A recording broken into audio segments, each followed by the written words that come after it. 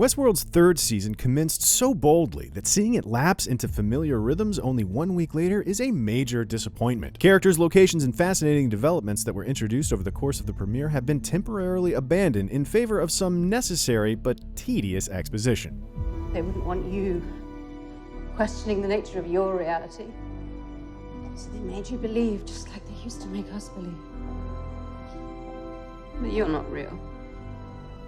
Leaving behind the near-future Los Angeles that was the first episode's vivid new backdrop, Episode 2 returns to the Delos Parks and their sleek chrome laboratories, populated by anonymous-looking technicians, submachine gun-toting security guards, and statuesque host bodies hanging around in the nude. Perhaps this digression is needed to orchestrate the action to come, but after all the changes heralded by the premiere, this episode mainly seems dull in comparison. The episode begins in Warworld, where we glimpse Maeve, quite bewildered by her surroundings in last week's post-credits scene. A remote rural village under Nazi occupation, Warworld seems to be another corollary park to Westworld and Shogun World, but it's soon revealed that everything is not as it appears. Reddit is full of think pieces and hypotheses about the nature of Warworld, but suffice it to say, we know that Maeve needs to escape this place, and in a fun little unintentional Easter egg, Rick and Morty fans may find her methods familiar. Yo, everyone whose first name begins with an L who isn't Hispanic, walk in a circle the same number of times as the square root of your age times 10!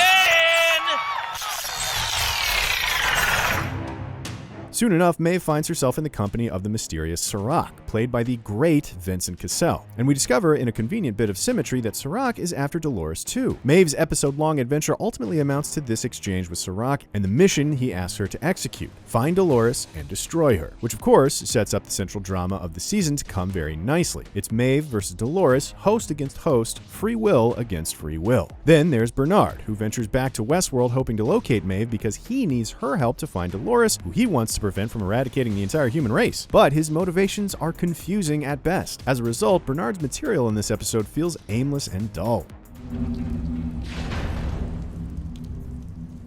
You sure she's here? Where else would she be?